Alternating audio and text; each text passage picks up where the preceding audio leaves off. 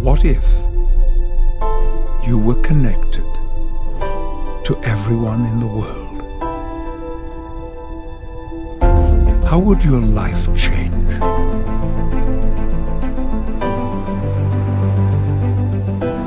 What if you could see the patterns,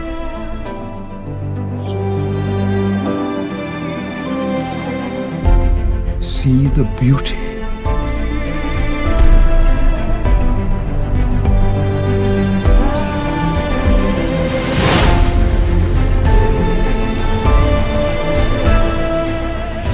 new ideas in science,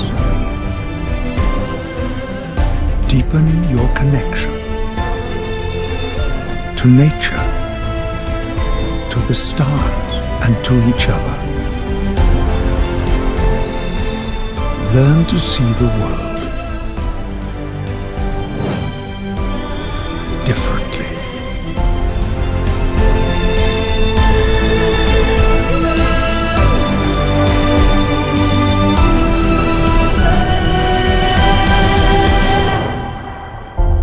The connected universe.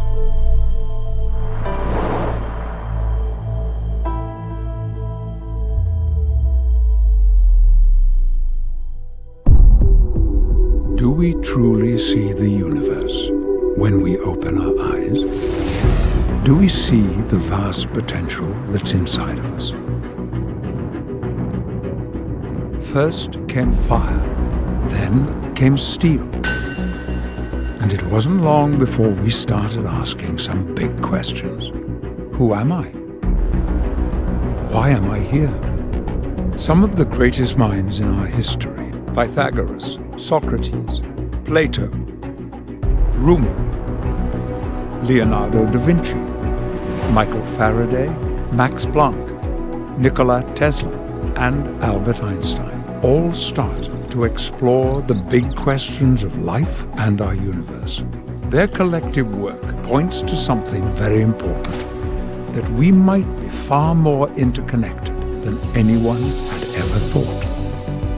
Their ideas were way ahead of their time, so they left hidden messages for others to find later, because in their day they could only share their knowledge with a few people.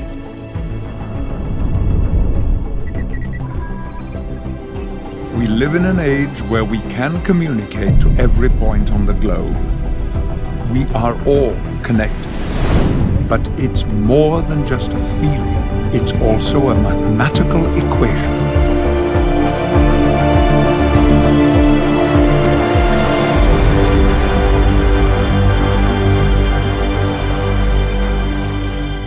But the idea that we are all connected sounds like a platitude to many of us. We're more disconnected than ever in certain ways. War, violence, greed, tragedies. These are the stories that fill the news channels, and this is a very disconnected view of the world. Us against them, you against me, danger and disaster lurking around every corner. But are we complicit in it? Because this is what so many people seem compelled to watch, drawn to the worst aspects of humanity.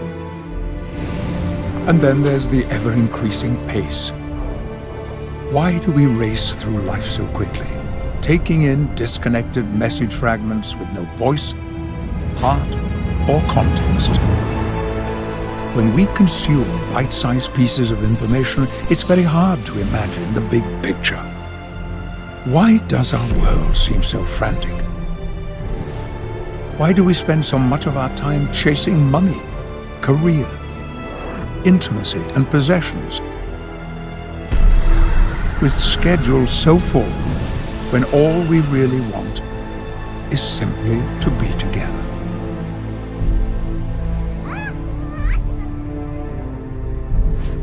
For all of our progress, we've lost connection to the one thing that really matters. We remain disconnected while pretending to be connected. And being connected at a distance makes it easier for some people to say hurtful things.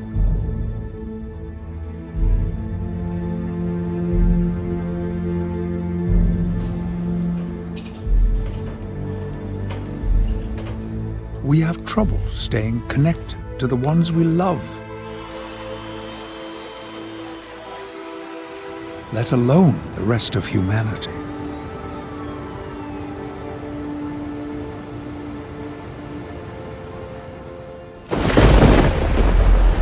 There is fear and there is beauty.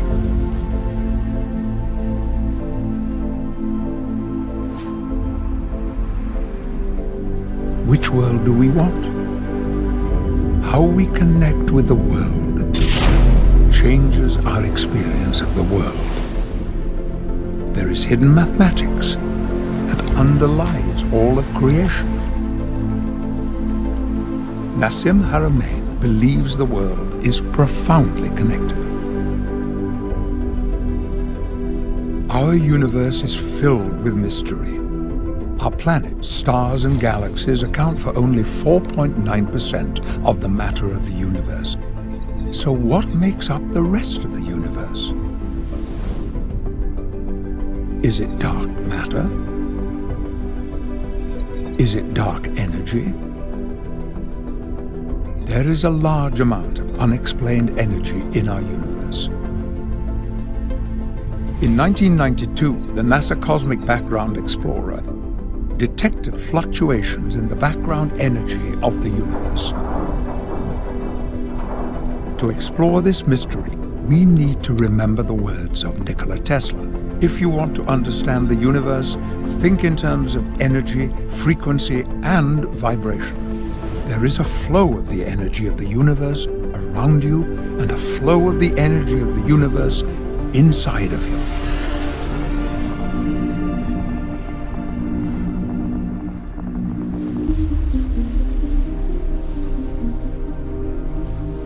When people realize that everything is connected, this sense of separation, this sense that we're isolated, hopefully that goes away.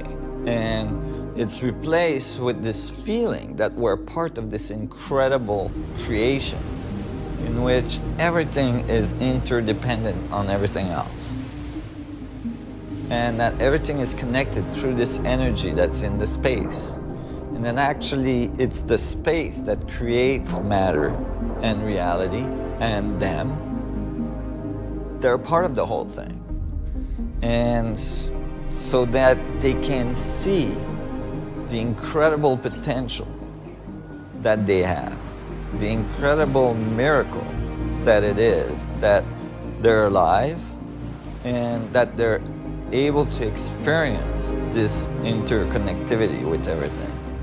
It's a feeling of resonance and a feeling of connection with everything in the natural world.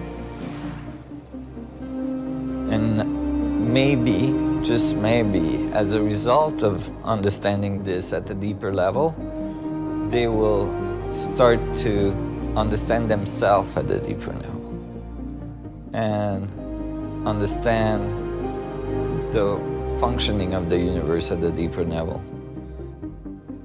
and that it will give hope to people.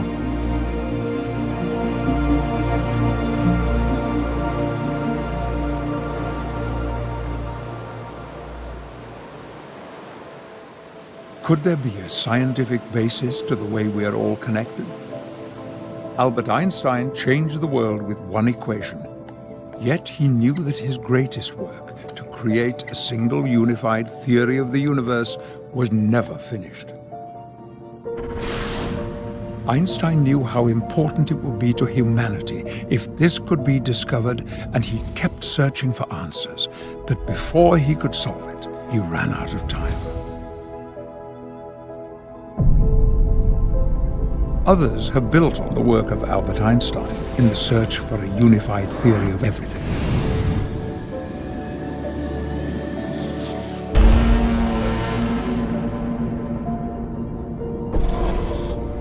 Some people have a knowingness of this connection between the macro and the micro. In the past, we've created mythology around it. But what if we could understand it through the lens of science? Nassim Haramein has been exploring how everything is contained in everything else. The exploration of the universe through mathematics and physics has been complex. Yet from this complexity emerges simplicity. What if there is a way of proving that everything is connected and one at the same time? To understand this, we must take a journey, and our journey begins with the proton. If you remember back to your high school science class, atoms are everywhere and the protons are at the center of every atom. Therefore, we must accurately understand the proton if we're going to understand the universe. New measurements of the proton suggest we must change our existing way of thinking. Nassim Haramein was the first person to have accurately predicted the new measurement of the charge radius of the proton.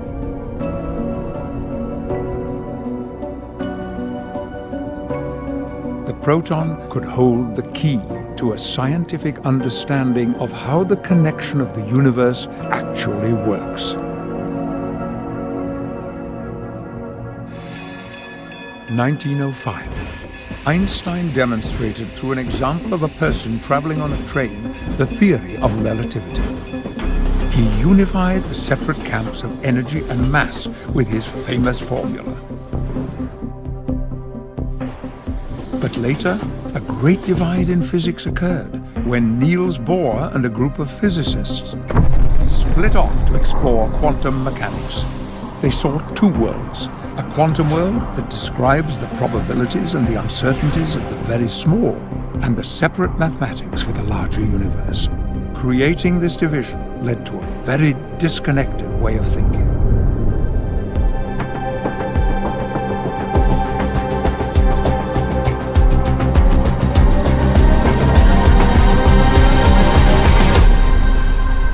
Nassim Haramein, the Director of Research for the Resonance Science Foundation, has been on a lifelong search to discover a unified theory of everything.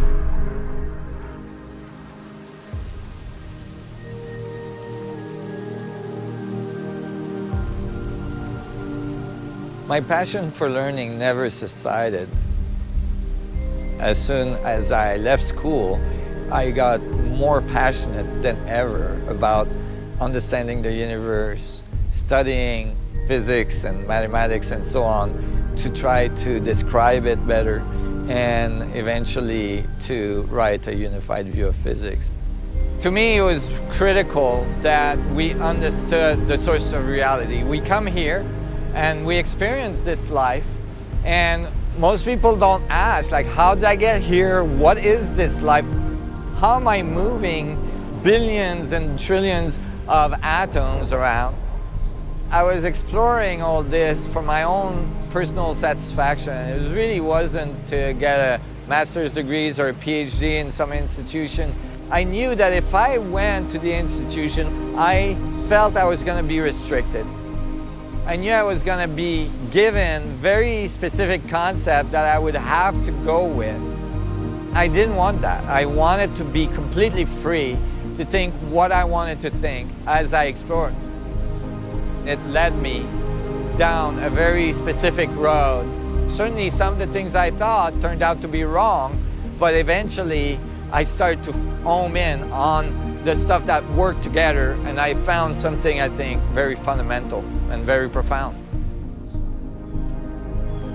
To understand how everything is unified, Nassim had to study nature. He had to look at patterns, He looked at the macro and the micro. He started asking questions about some of the fundamental principles science has taken for granted, and started to wonder if, somewhere, we went off on the wrong track. As he continued his journey, he began to understand that in order to see how everything is connected, we had to look at everything.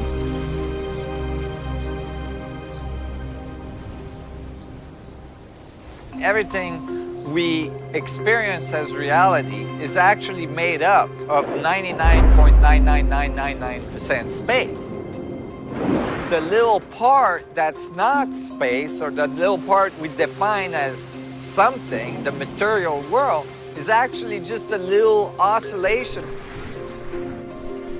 a little electromagnetic boundary that we are bumping against, and we call that our reality. We call that a stone, an atom, we call that the water, the sand, or a star, a galaxy. And so maybe instead of looking at matter, defining the space, I start to think maybe it's space that defines matter.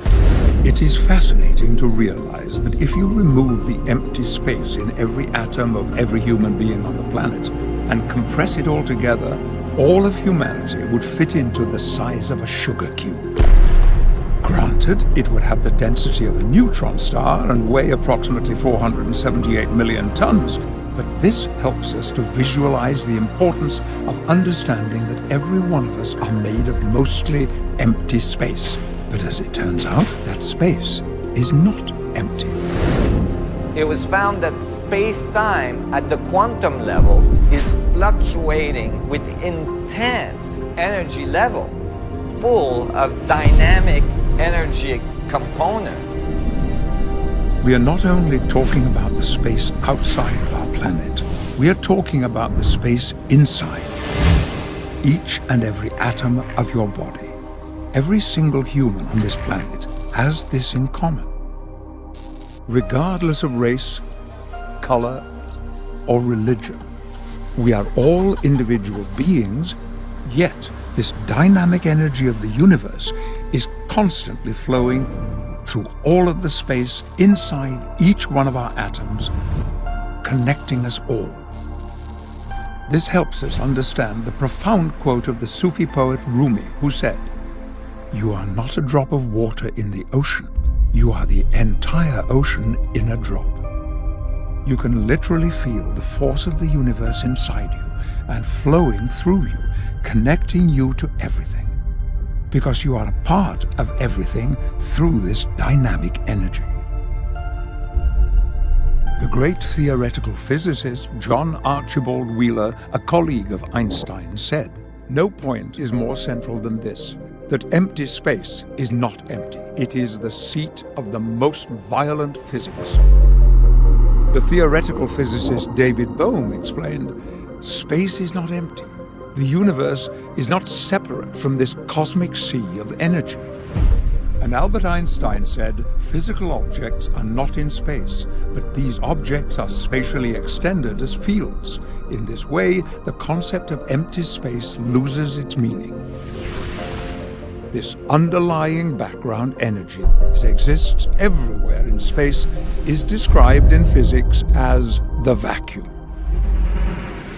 What if there was a way to connect to this vacuum energy rather than depleting our natural resources?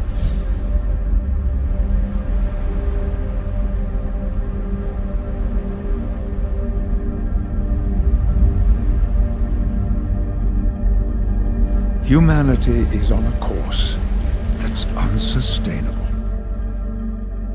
For millions of years, magnetic fields have been around us without us knowing about them, until Faraday figured out that by moving a little magnet across a set of wires, we could get an electric power source that could power all of the devices we use today in our society.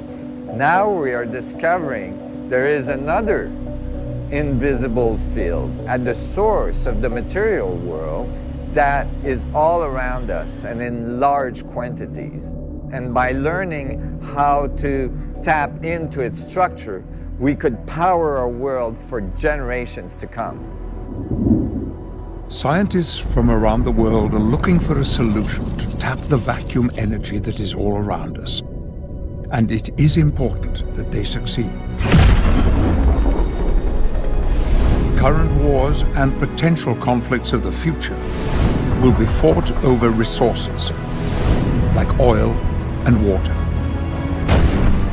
Abundant energy will help create stability in the world and reduce the threats of the perceived energy supply disruptions that cause countries to go to war. War has been a big part of humanity's past.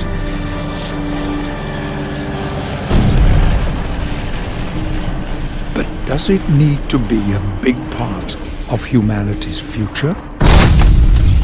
War has brought untold sorrow and suffering to mankind, and it is perhaps the strongest example of what can happen when we become so disconnected. Gandhi said, "An eye for an eye makes the whole world blind."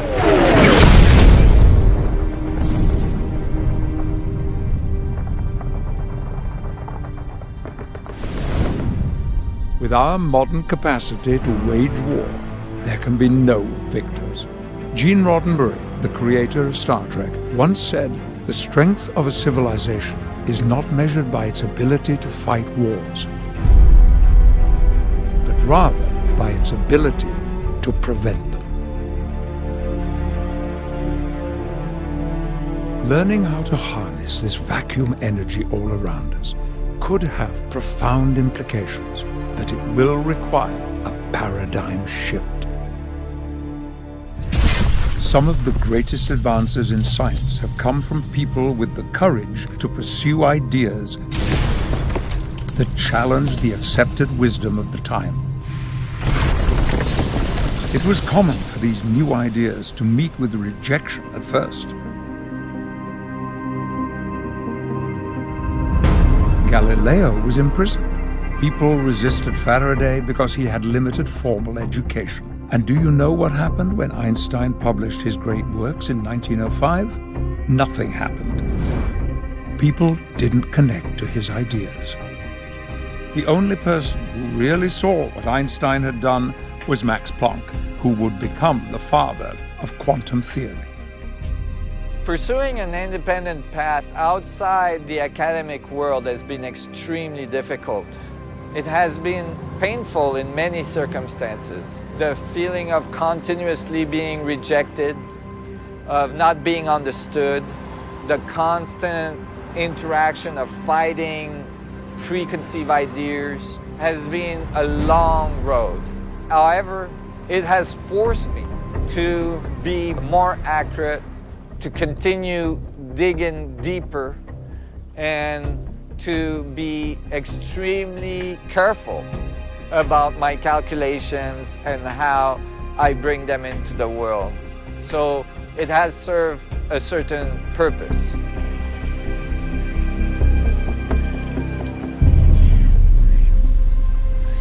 Our material world is not as solid as it appears at the quantum level.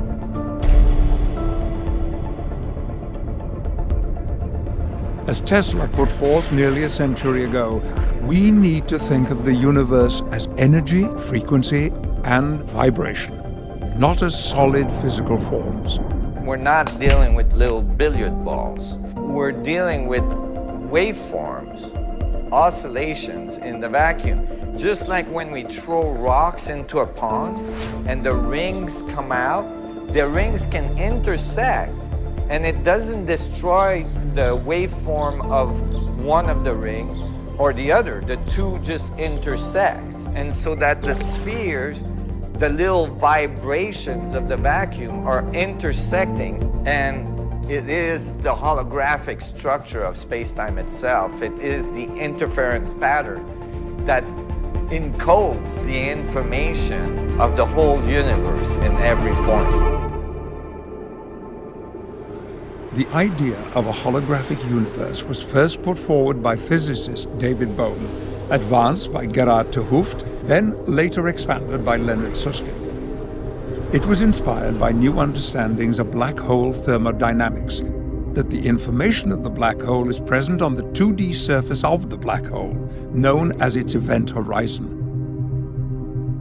A simple example is that if you throw a wallet into a black hole, as the wallet is being consumed by the black hole, all the information contained in the wallet would become present on the surface of the black hole, because it is a rule of the universe that matter cannot be created or destroyed.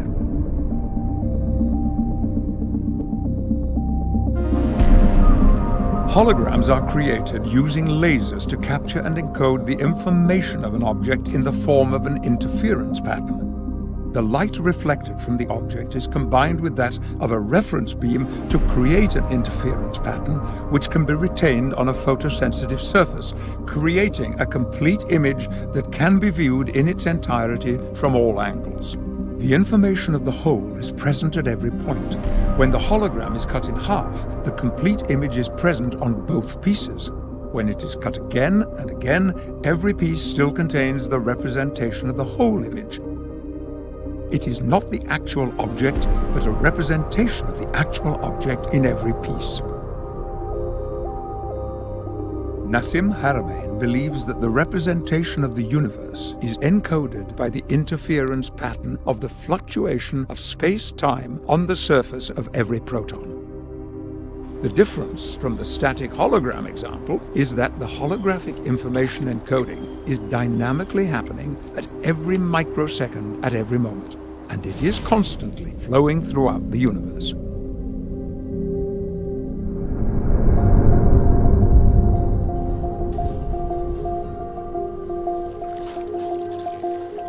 We often hear the sentence or the concept, everything is connected, it's all one. We hear that from even masters in ancient civilization or modern thinkers, philosophers, spiritual people. And it's a great concept. For many people, it resonates as something true, but how is that true? Some of the work I've been doing starts to open the door to understanding the dynamics and the mechanics on how everything is connected, so that it's no longer just a dogma or an idea, but it's actually based on the physics of reality.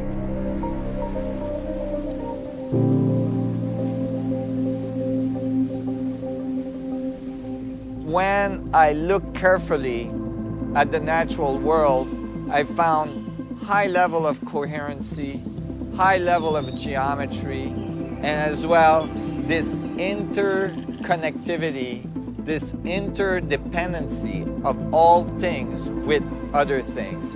The whole system functions together in a balanced way.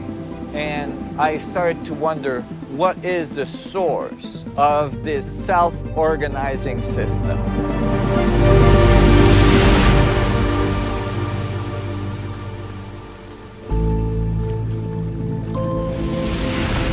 What do you see?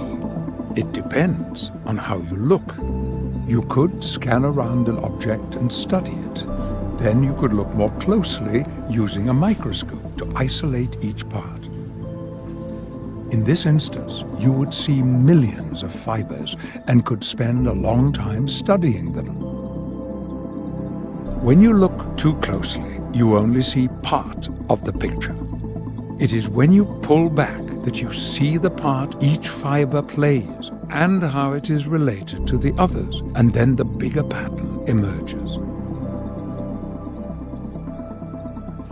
Imagine the new understandings we will gain if we could all learn to think differently and to look at our world through a big picture, connected perspective.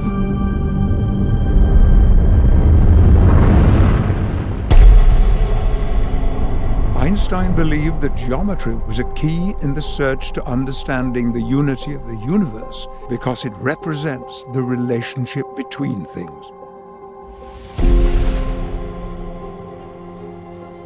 Great thinkers came to discover the underlying geometry of nature, such as the golden ratio and the Fibonacci sequence, in many different forms of life. When Nassim Haramein analyzed these geometric relationships in a changing three-dimensional space over time, he saw the 1 to 1.618 ratio appearing, known as the golden ratio, or phi ratio, as a fundamental part of the structure of space-time. Leonardo da Vinci encoded this in his famous work, The Vitruvian Man, showing that the phi ratio exists in different proportions throughout our bodies, and it's not just in humans. It is in animals, in plants, and in art. Geometric symmetry even affects our perception of beauty.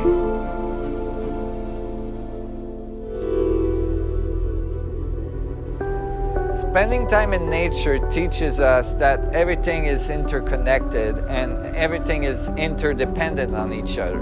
We have a tendency to isolate systems and then analyze them as if they were not in relationship with anything else in the universe. So that many of our laws of physics starts with the statement within an isolated system.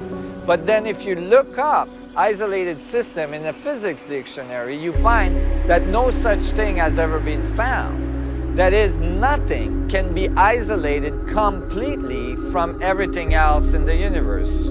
Gravitational fields cannot be isolated, electromagnetic fields, and so on. So we need to write science that takes account of the relationship of all things with each other.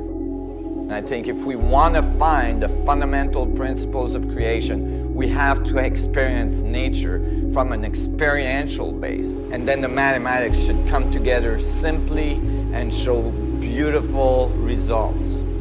It's too easy for scientists to get into the laboratory and just keep trying to work out the theory and lose contact with the natural world.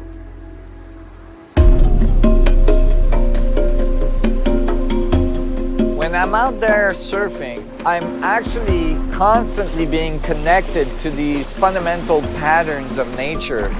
The particles going up and down in the wave, the energy wave pushing me through the ocean, getting inside a barrel, the big vortex, and the dynamics of the vortex. There is something very profound about that. Many of these things inspire me when I go back in the laboratory and start writing formulas. It's like it's in my cellular memory then.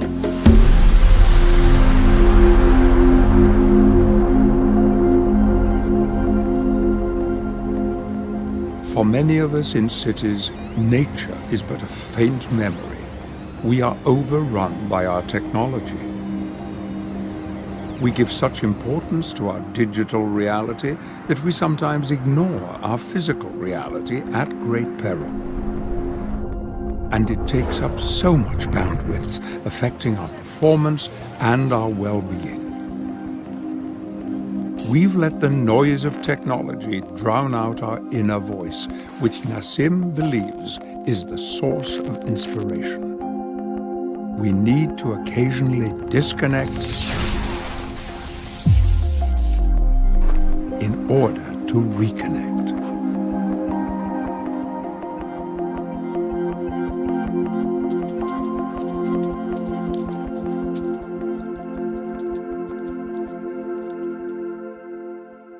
Some of the most beautiful times of my life were times where I was extremely isolated. So at that time, I was coming up to Whistler, Canada. More and more the interest I had in nature and physics and understanding the basis of reality was kind of taking over my interest. So I moved into a van to continue my research. I knew that if I could tough it out, minimize my expenses, I could get enough resources so that I could continue to work full-time, doing research, trying to find some clues as to how I could unify the forces of physics.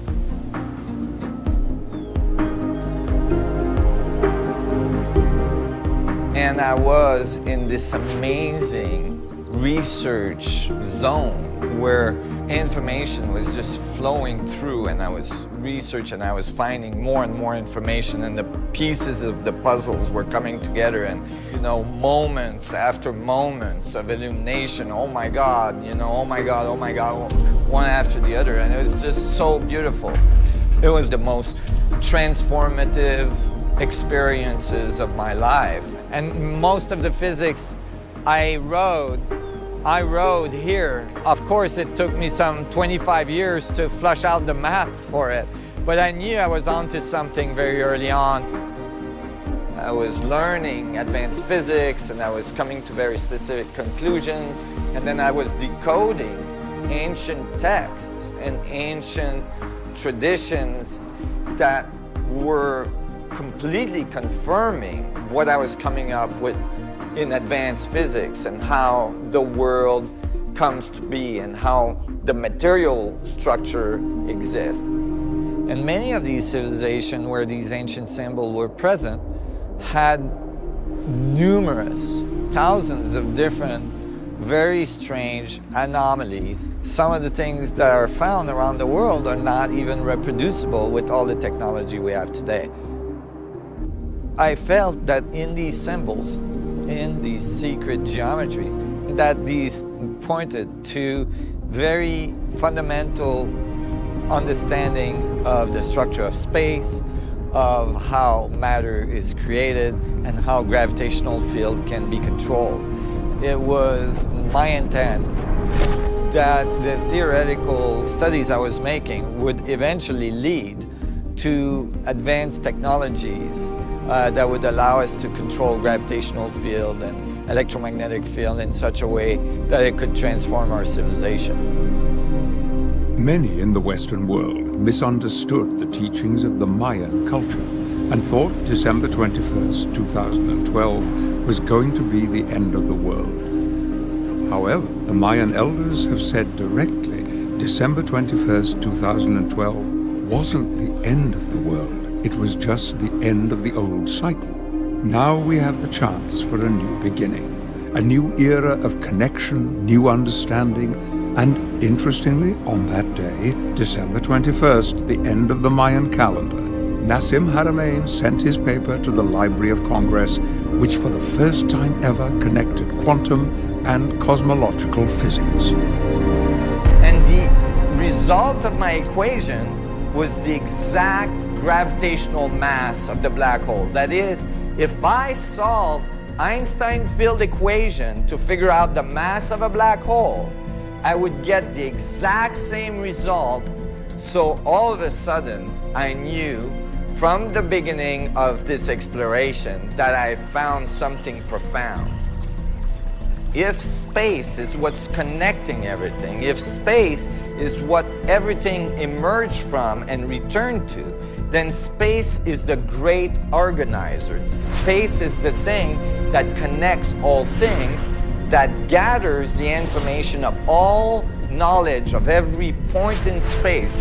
If we look at all the little fluctuations of the vacuum, the amount of energy inside a proton, in the vacuum fluctuation, the mass of the vacuum inside a little teeny proton in the center of an atom is equivalent to all the other protons' mass in the universe. That is, all the rest of the matter in the universe is represented holographically by the vacuum fluctuation inside one little proton, so that one little proton is connected to all other protons in the universe.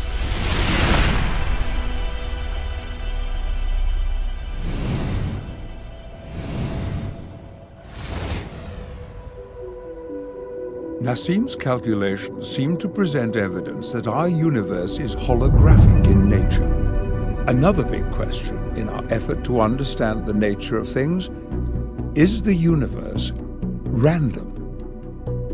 Think of the amazing biodiversity of our planet, of all the living things. We live in a wondrous world. Think of the complexity of a chimpanzee. Consider a jellyfish, or a blade of grass, or something less complex, something not alive, a simple Rubik's Cube. 3 rows, 3 columns, 3 deep, with 6 colors. What is the mathematical probability of solving that by random chance? 13.8 billion years is the current estimate of the age of the universe. If you could send a blind person back in time with a scrambled Rubik's Cube, and they could make one move every second, how long do you think it would take them to solve it? In the 13.8 billion years of the existence of our universe, you would have less than a 1% chance of solving it. So how much longer would it take to ensure that you would solve it? There are 43 quintillion possible states for the Rubik's Cube. To move through every possible state without ever repeating the same one, it would take 1.4 trillion years. And you would have possibly solved it at some point. But it could have taken billions and billions of years longer than the existence of our universe to solve a simple Rubik's Cube by random chance. Now imagine the incredible complexity of a human being with 100 trillion cells that are communicating every millisecond to ensure all systems are go. Imagine all the moving parts, all the possibilities. How long would it take to organize that? Because we are so vastly more complex than a Rubik's Cube. Yet humanity exists. So how can this be possible? What if we could tell the blind person something? If we give just one little piece of information, yes, you're going towards the solution, or no, you're going away from the solution, then within a few minutes, the Rubik's Cube would be ordered. So from billions and billions of years to a few minutes with one simple feedback of information, that gives us a clue about the probabilities of how the biodiversity and the structure of cellular systems and all of our complexity that occur could have come to be with one simple feedback in the structure of space itself. Our universe cannot be purely random. There must be a feedback mechanism in the flow of the universe. Further evidence that this must be happening can be seen in fractal mathematics. For thousands of years, traditional mathematics mostly described man-made objects and motion. It could describe a pyramid or a column, but for living objects like a flower or a tree, you need fractal mathematics. Fractal mathematics are the underlying patterns that build the natural world. The great mathematician Benoit Mandelbrot created computer programs that use fractal mathematics to render complex forms. When Hollywood wants to create a whole new world in a science fiction film, a new planet, new plants, and new life forms, they use animation based on fractal mathematics to create a complexity of the natural world. To describe nature using math, you also need a feedback loop called iterations. If you start with a simple form, then iterate the formula, which means the formula feeds back on itself. You can see the complexity grow with each iteration. It is fascinating and beautiful to watch.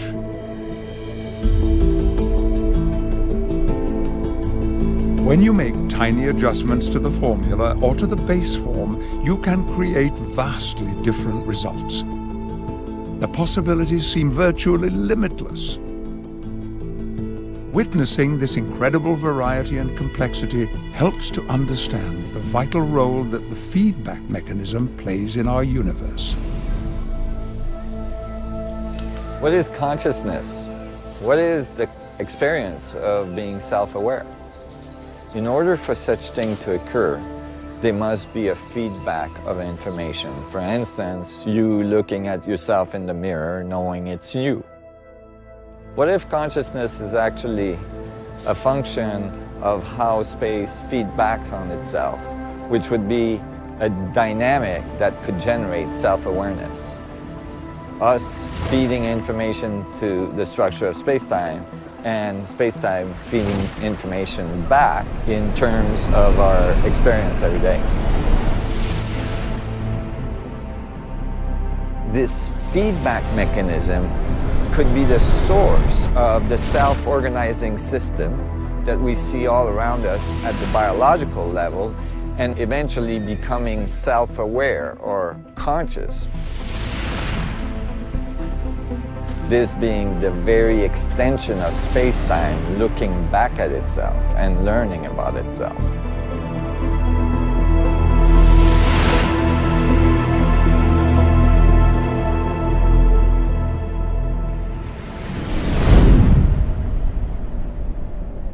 Starting out in the world, when we first gain consciousness, we learn to take in information from all around us, from parents, from books, and now from technology. We are living in a time of information overload, and we are being bombarded by messages from everywhere. We have almost infinite choices of what messages we consume. It matters a great deal what you focus on. We know the universe has a feedback loop, and our brains have a feedback loop as well. Our thoughts are not only imprinted on the universe, they also deeply affect how we experience the world. The gift of being conscious is the ability to feel the wonderful moments of life. And it also means that we feel the painful moments. As you get older, you realize that good times don't last forever, and neither do the bad times. Because our brains have a remarkable ability to adapt. We can learn to shift our focus, to change our experience by changing what we put into our feedback loop. Gratitude and positive thoughts can build on each other, creating an upward spiral by connecting to your friends and to nature.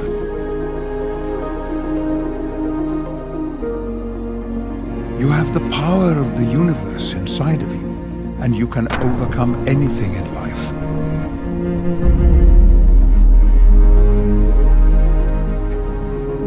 Remember the age-old words, this too shall pass.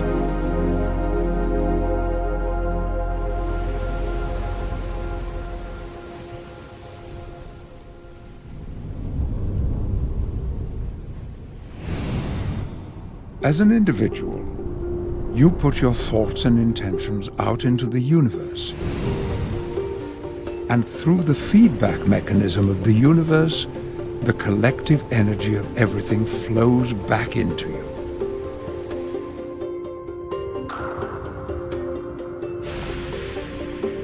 You are in a constant cosmic dance with the universe. The great poet Rumi said, "Stop being so small. You are the universe in ecstatic motion."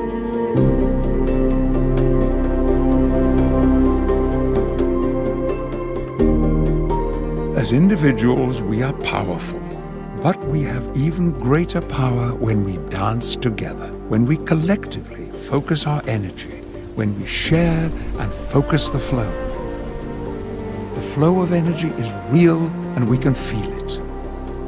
Some people have learned to connect in their inner journey through yoga and through meditation. Some people's only experience of this is cheering at a major sporting event with tens of thousands of other fans, cheering for a common goal, which is enjoyable, but it is capable of being so much more.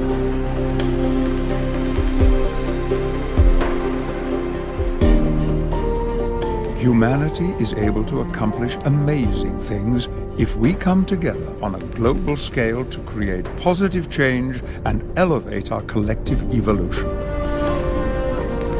You matter in the universe. You are part of the cosmic flow. I think that every person is an incredible miracle.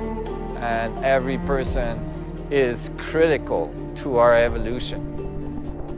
Your body is an incredible example of interconnection and synergy. All the systems working together without even a conscious thought, in concert with your brain. Your brain may be one of the most amazing things we know about in the universe. It's doing billions of operations per second and doing everything it can to keep you alive. If you take a moment to connect to your body and appreciate all the invisible processes it does for you, it heals your cuts, helps fight disease, gives you energy. What if you stop being judgmental about the appearance of your body and choose to love your body for the incredible miracle that it is? How do you think your life would change? Your body is the vessel by which you experience the world and the universe, and it allows you to be part of the cosmic flow.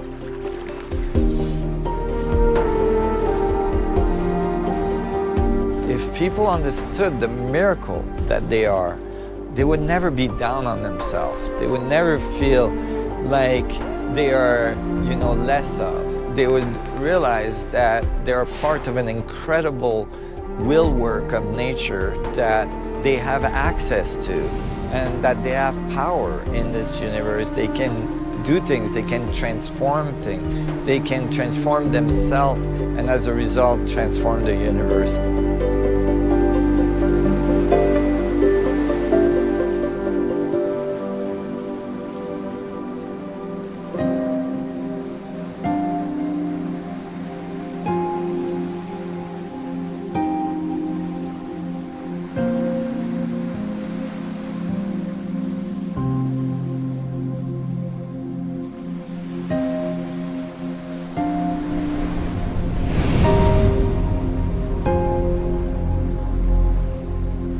Famous mathematician Benoit Mandelbrot proved that the smaller the unit of measurement that you use, the more accurate your final result. This is important to the work of Nassim Haramein because he uses the Planck units, the smallest unit of measurement available in the universe, in his calculations, which leads to an unprecedented level of accuracy. So, how incredibly small is the Planck unit?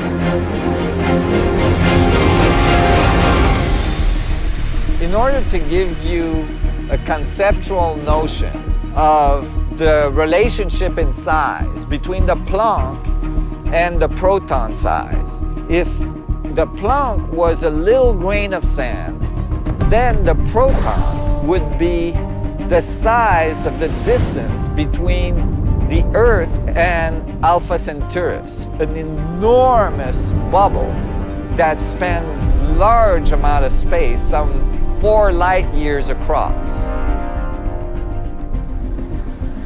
And then fill it with grains of sand. That's how many Planck units are in the proton. Imagine every grain of sand on the Earth would just be the tiniest speck of the number of Planck units on a proton. Not only does this show how small the Planck unit is, but it also shows how many Planck units fit in a proton.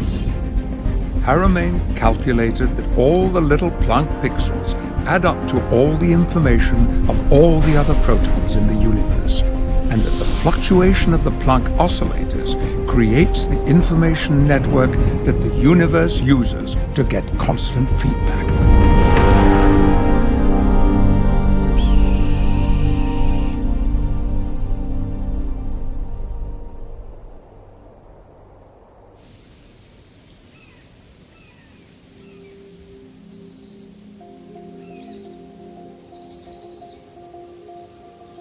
Einstein was fascinated with light and how it worked. His famous thought experiments would lead to several counterintuitive ideas that would forever change our world. One of those ideas was his theory of relativity. Einstein's general theory of relativity explained gravity as a consequence of the curvature of space-time created by the presence of mass and energy, and that space-time could be calculated through geometry. It literally acts like a fabric. that stretches and bends. When you put lighter objects near a heavier one, they spin in the gravity well created by the large object. Einstein saw the fabric of space-time and gravity as continuous. Haramein sees the fabric quantized with a sea of almost infinitely small Planck pixels. So it behaves like Einstein's fabric on a cosmological scale, but the big breakthrough is that because it is made of tiny quantized Planck pixels, it allows for the forces of spin and gravity to be accounted for by Haramein's geometry at the quantum level. If you think of the water in a perfectly still kitchen sink, it could look like a single sheet of water. But if you pull the drain, the water spins around the drain while the rest of the surface is perfectly flat. This is how Haramein's work gets results like Einstein's single sheet. Yet because the water is really tiny individual drops, it allows for spin to be present at the quantum level. The other difference is that we can't think of it as a single sheet. Think instead of it being stacked infinitely high and infinitely low, infinitely right and infinitely left, in a giant Planck pixel soup that fills the universe, allowing spin to occur anywhere. Einstein geometrized space-time at the cosmological level, and until he died, he believed that there were gonna be a solution to do the same at the quantum level. So I was very much inspired by that. As Einstein was fascinated by light, Haramein is relentlessly fascinated by the forces of spin. Everything in the universe has spin. And I came to conclude eventually that the fundamental torque that produces the spin comes directly out of changes in density in the structure of space itself. Just like a little change in density between hot air and cold air produces a hurricane, which if you look carefully looks a lot like a galaxy. The same forces are generated in the structure of space itself because of a gradient or a change in the density of the energy of space. The structure of spin is critical to our understanding of the dynamics of the universe. Think about all the ways we are spinning. The Earth spins at about 1,000 miles per hour at the equator. The Earth spins around the Sun at about 67,000 miles per hour. The Sun, with our solar system, is spinning around the galaxy at 515,000 miles per hour. The galaxy is moving through the universe at approximately 1.3 million miles per hour. Our DNA expresses spin. Atoms spin, protons spin, everything in the universe spins. Spin may be the one thing that connects us all.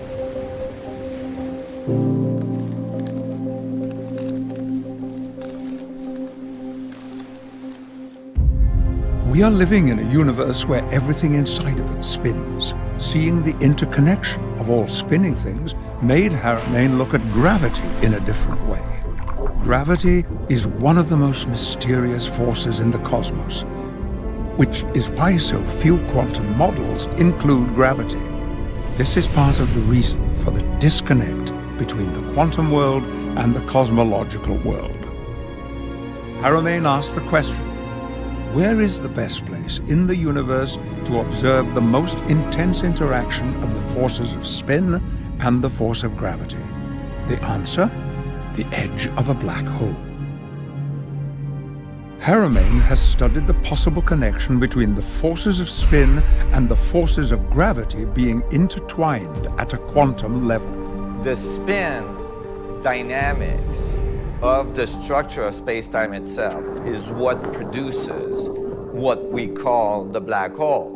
And this new equation proves that. It proves that it's the Planck fluctuations that produces the effect. The black hole is actually the result of the little Planck's vacuum oscillations dynamically, collectively organizing. From this new perspective, we start to see galaxies in a new way.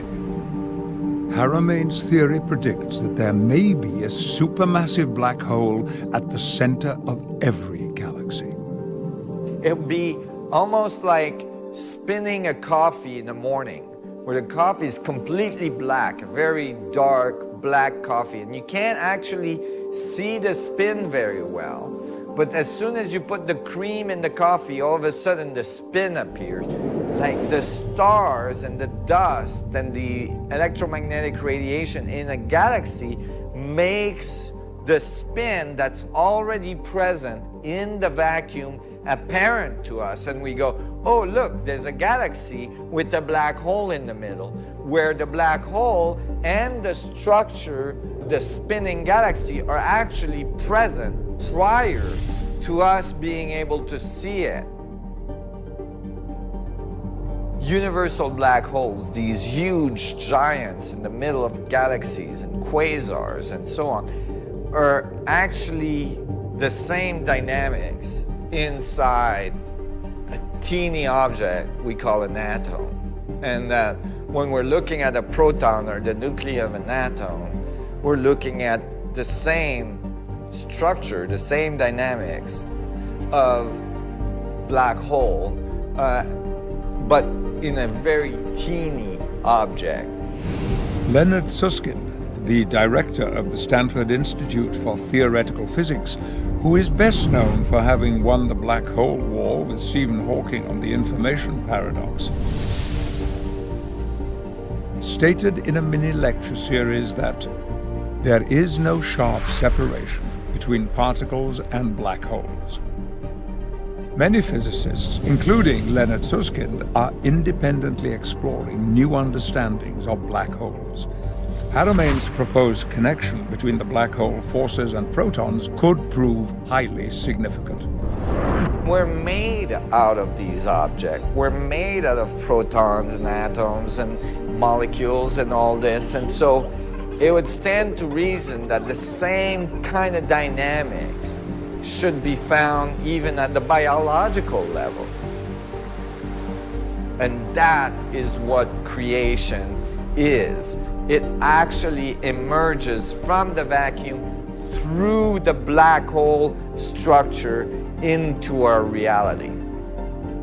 New studies have shown that the spin rate near the surface of black holes seems to be very high.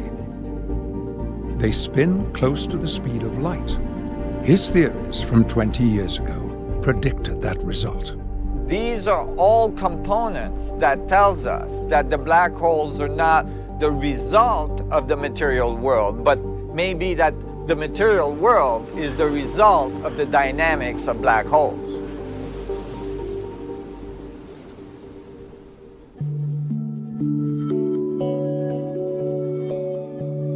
Information and energy flow throughout the universe.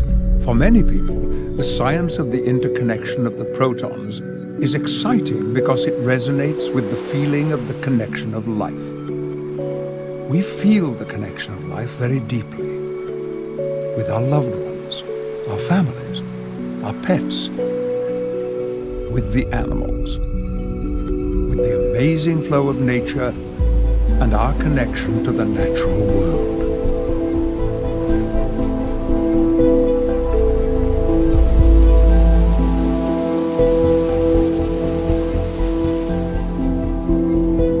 Since our earliest beginnings, humanity has depended on the sun and the stars for food and navigation. The drive to understand the forces of nature at work in our world has pushed humanity ever forward. For millennia, humans have looked at birds and dreamed of flying. But for most of human history, flight was considered impossible. What is the next great advance in flight? The structure of space-time is all around us. Imagine if we can learn to influence these structures so that we can control them and make them work for us. Gravity is a result of these little fluctuations in the structure of the vacuum. And by controlling those, by influencing those, we could be able to levitate things. Some incredible possibilities open as soon as we understand these fundamental mechanics of gravity and learn to control them and influence them. There's over 50,000 flights a day. Imagine if all these flights didn't require fossil fuels. Imagine the positive environmental impact this would have on our society. However, in order for us to evolve to a society that's able to fly maybe through its solar system or even through its galaxy, our technology, our understanding of the forces of nature, such as gravity, have to go to a deeper level. The helicopters behind me produce massive amount of lift by creating these small pressure differential and generating vortices in the structure of the air. Now imagine what we could do if we could create the same type of depression or the same type of gradient change in the structure of the fluctuations of the vacuum itself.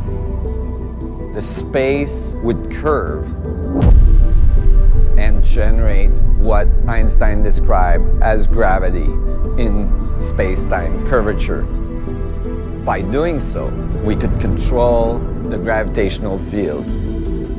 Is it possible to create a gradient in the structure of the vacuum itself?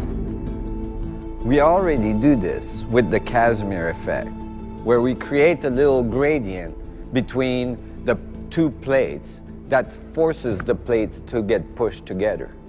And now we've succeeded in doing what's called the dynamical Casimir effect, where actually instead of using plates, we're using little semiconductor mirrors, and we're able to oscillate them really fast, and as a result we're able to like pop little photons right out of the vacuum. So we're actually already extracting little bit of energy directly out of the vacuum. This opens incredible possibilities. Tapping into the network of the structure of space leads to space travel across very large distances and so on. We have already sent probes past Pluto and out of our solar system, and Hubble has peered into the unimaginably vast reaches of space. And we have come to realize that we are connected to it all. Your connection with the universe began long before you were born. Did you know that the atoms and elements of your body were forged in the hearts of stars? Carbon, nitrogen, iron, and then when that star exploded, they were spread throughout the universe. The atoms in your foot may come from a different star than the atoms in your hand, and different from the ones in your heart. We are connected to the stars in a profound way, literally made of stardust, individual examples of a living, connected universe. Our mountains have watched humanity rise. Yet, what have we risen to? Are we at our best? Are we capable of so much more? Imagine if we open our eyes to new ideas, the heights to which we could rise, and make that journey for ourselves and for all of humanity. Because we are all one. It has been a long road to get to the place where we truly understand the concept, as above, so below, as within, so without. And that the forces of black holes are present in something as small as a proton. This changes the way we see the unity of our world. As the dreams of our future take flight, this becomes an equation for a more connected humanity.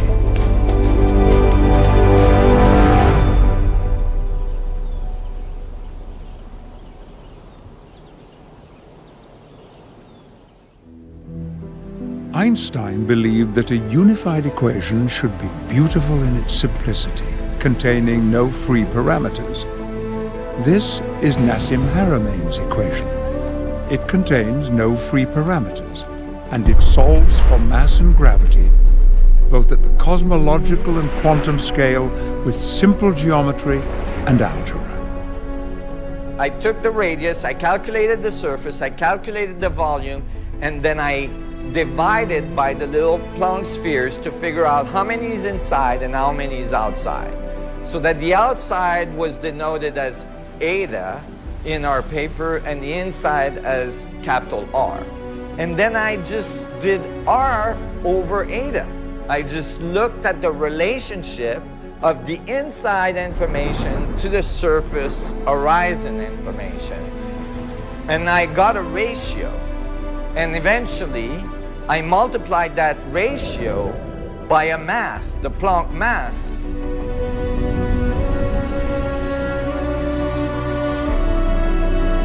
And the result of my equation was the exact gravitational mass of the black hole, just by basically pixelating the inside and the outside of the black hole and looking at their relationship. So all of a sudden, I was getting a solution to gravity, the solution to Einstein field equation, a solution that is based on holography, but not only that, a solution that's based on little Planck pixel, so that it was quantized.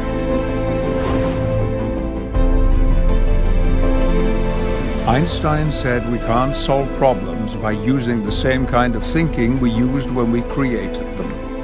Creating this bridge to unify the great divide in physics is an important step forward in advancing a more connected view of physics. So in the paper that I wrote and I sent to the Library of Congress for copywriting in December 2012, I make this little prediction that the radius of the proton should be exactly this value. And I state in the paper that more precise measurement in the future may confirm this theoretical result. I started to work on getting the paper published and sending it to colleagues around the world. I was getting very good reviews on it from very advanced physicists. And then all of a sudden, a paper was published. On January 25th, 2013, a new muonic measurement of the charge radius of the proton confirmed Haramein's predicted value. The experimental results were not what the quantum world wanted to hear. The measurement came in at 4% smaller than what was expected by the standard model. And so it was very difficult for the scientific community to accept this measurement. Nassim, you're on Yahoo Finance News. What do you think about that? Oh my God. CBS.news. Changing the paradigm as we talk. History in the making. New connected universe theory offers an alternative explanation of gravity and mass, revealing potential new source of energy. That's big. Look, it's in the middle of the day. I mean, the night. Oh, that's fantastic. That's really awesome. Oh my God, it's incredible. The wire went out and within minutes it was picked up by some of the largest networks and media on the planet. And it's already across the world. India, Germany, Europe is coming online. The East Coast will in the next few hours, I'm sure. I just feel like, okay, we're making a significant difference now. we're really kind of birthing a new paradigm, a new moment in the history of science and the history of understanding of the universe on the planet. Some 30 years I've been visualizing this moment where my work would appear on major news feeds all around the world. I mean, we got a lot of pickup on this news release. Today's the day. And it's kind of strange. It's a strange feeling. It's like, oh my God, it actually happened. And, you know, it seems like a day like any other day. But this is the day that it happened. And this could very well be the day that science changed forever.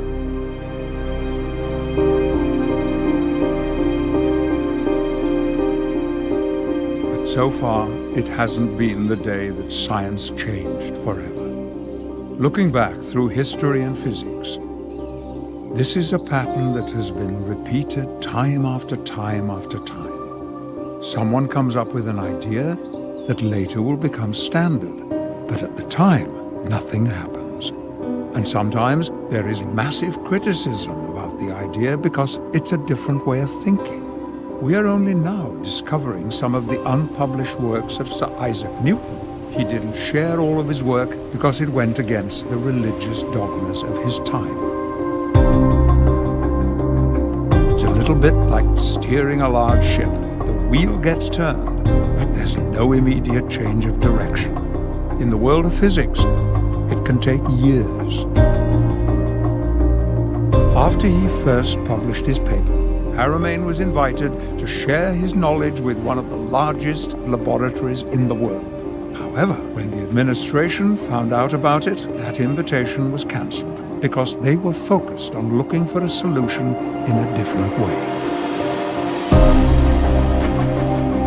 After 30 years of work, believing that this would be his moment, history is again being repeated, that potentially a big leap forward in our understanding is not being recognized.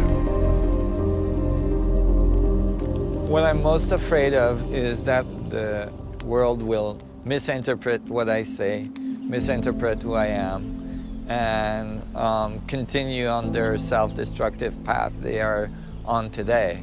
And that this incredible opportunity in our civilization we've had to grow and to evolve to a galactic community will be missed. I hope to be able to inspire people to think differently, to not be afraid to be who they are, and not to take everything they've taught in the school or in the media or anywhere else just as a given, but actually to question what is being said and the validity of it, and to do it in a way that is constructive and that leads to higher understanding and higher levels of creativity. And I hope that my path and all this exploration I've done can inspire people. Science doesn't always change overnight.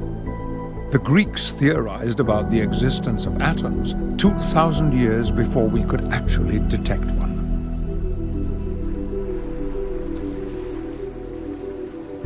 The cover of Scientific American states in huge bold letters, "The proton problem. Could scientists be seeing signs of a whole new realm of physics?" For physicists, the measurement of the charge radius of the proton is fundamentally important to the understanding of our universe. When the first measurement came out in 2010, it was significantly different than the standard scientific thinking of the day allowed.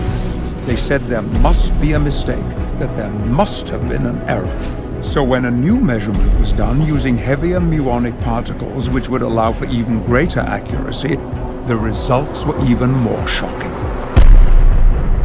And so immediately I purchased the paper confirming the correct radius for the proton and that no errors were found in the earlier experiments. And so I took that number, I plugged it into my equation, and it outputted something remarkable. I was so excited to find that now my prediction is within one standard deviation of their data.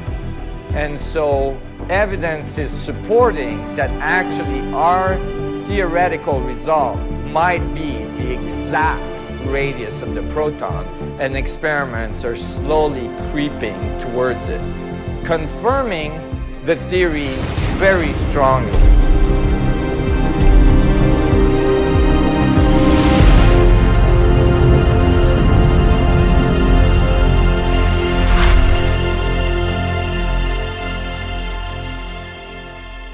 Standard thinking says that there are 4 fundamental forces in the universe: gravity, electromagnetism, the strong force, and the weak force. But the strong force and the weak force were theorized before we understood about black holes. From my study of black holes and scaling laws of black hole structures in the universe, I found that the proton, or the nucleus of an atom, could act as a mini black hole. If you describe the little proton as a black hole, all of a sudden you calculate the gravitational force of 2 of these little black holes attracting each other, you get the exact force that we call the strong force that holds the nuclei together. Exactly. Not like approximately, but exactly.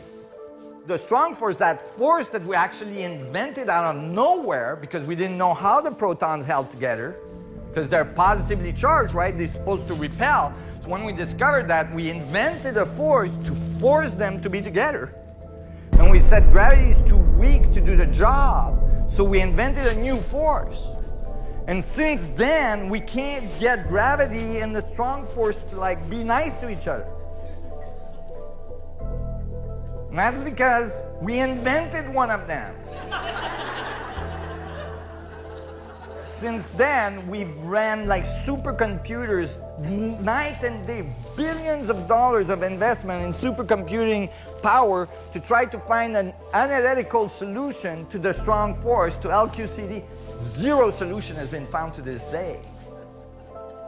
So maybe it's wrong, bro. Try that.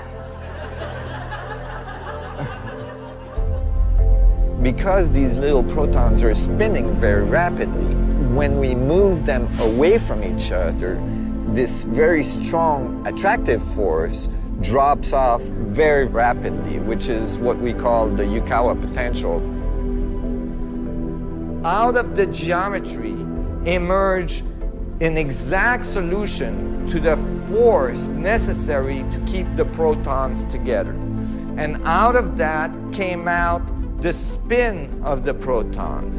And from the spin, I'd extrapolated the range of the gravitational force of protons to one another. If they were mini black holes, that force would be completely eliminated. We wouldn't need the strong force because we would realize that it's actually the gravitational force acting at the quantum level. So I am able now to account for the strong force with a gravitational force and eliminate some of the largest complexities in quantum theory and reduce the number of fundamental forces in the universe.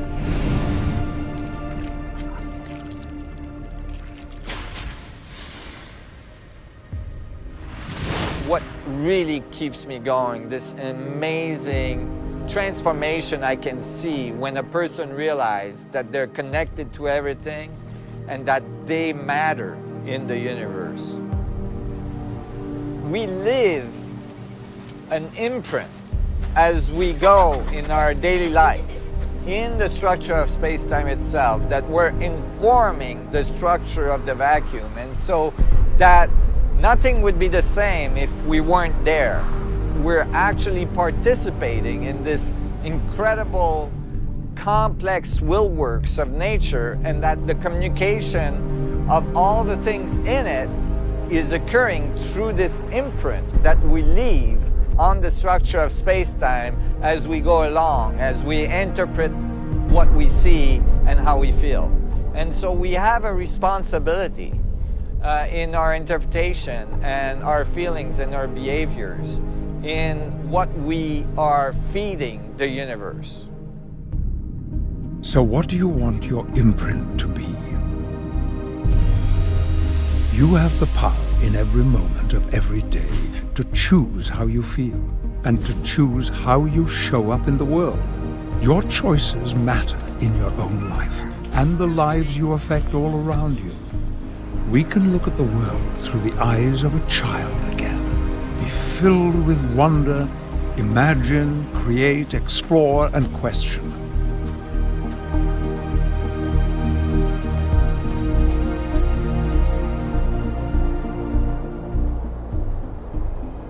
Our heart is how we feel all the things we can't see. And when we integrate the power of imagination with the love and strength of our heart, our world will change, bringing hope for a better future. And this requires action.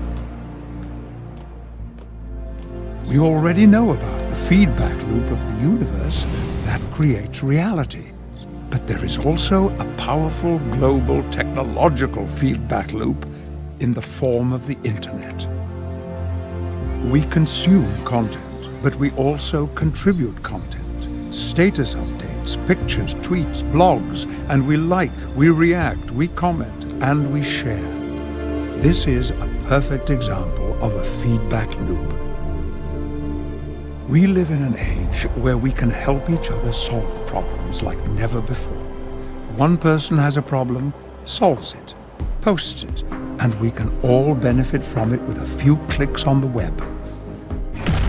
Scientists from around the world can collaborate remotely and give each other feedback like never before. We are living in the most technologically connected time in history. So what are we going to do with this opportunity?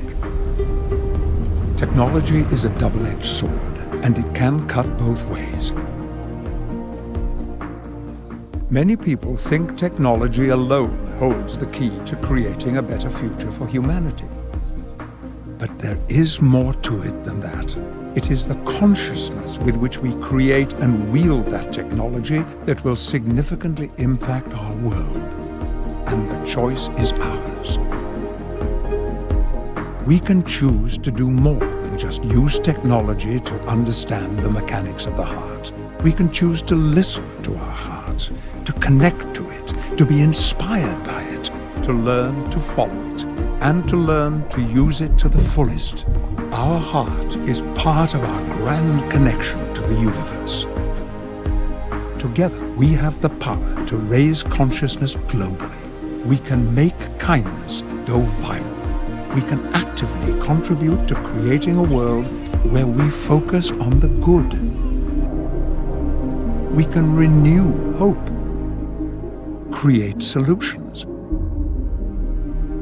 and we can share old wisdom and new ideas.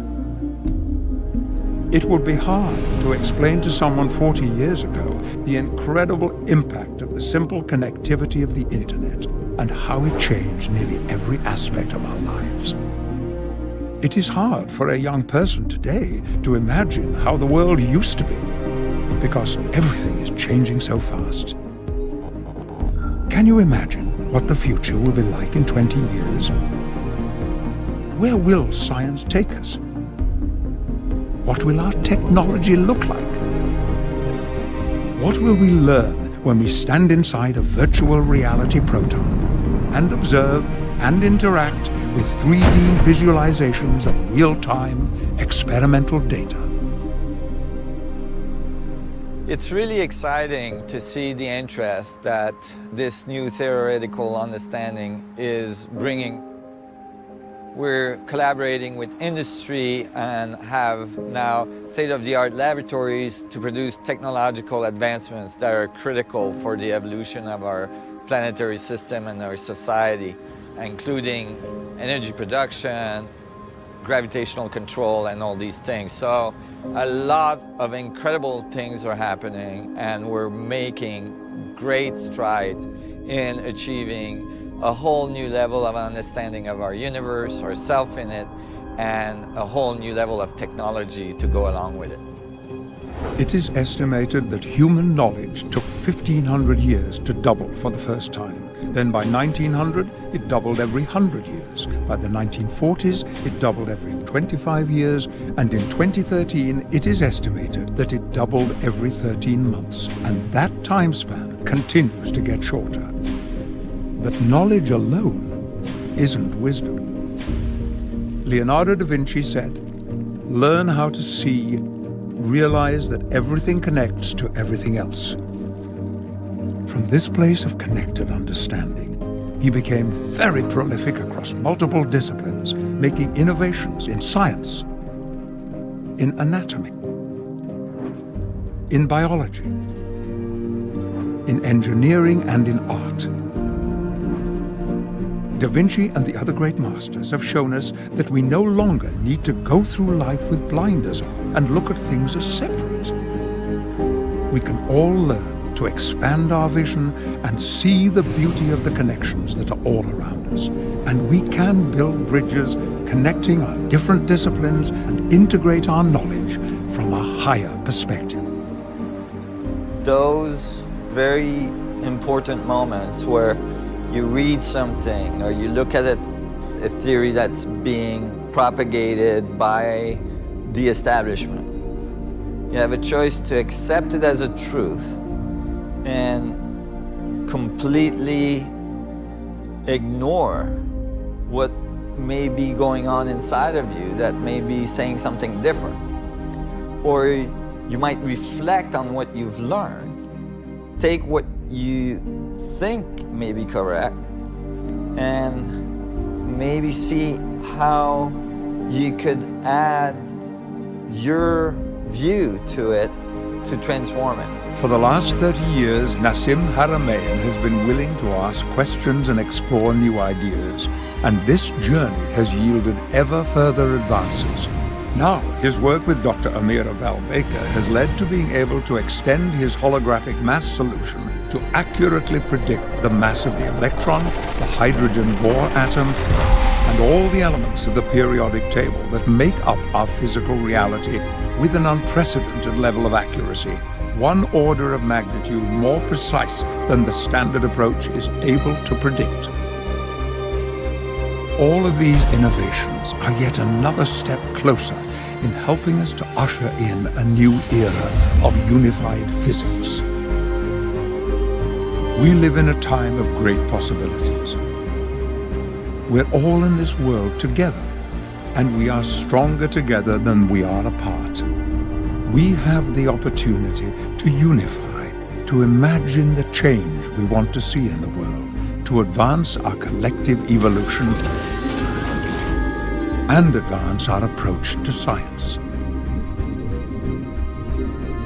We can imagine the world from a connected perspective, to see ways to create new ideas in science, health, business, and in living more connected lives. Many people around the world are experiencing a feeling and a knowingness that something incredible is happening, that there is a great shift in consciousness taking place, and that people are awakening to the idea that the disconnected worldview can transition to a more connected way of being. This supports some of the most advanced philosophical and spiritual concepts that we find throughout the ages, from masters that have come and told us that everything is connected and we are all one. They told us that there is this background energy, which is the force that creates stars, planets, and life. Science is showing us that there are infinite possibilities to explore in the vastness of the universe. And you have almost infinite possibilities to explore within yourself. We can create a new future for ourselves, and we can co-create together a positive future for humanity when we explore. our connected universe.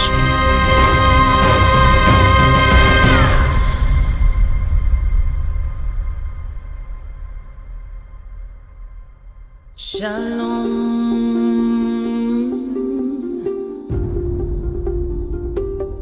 I see in you. Shalom,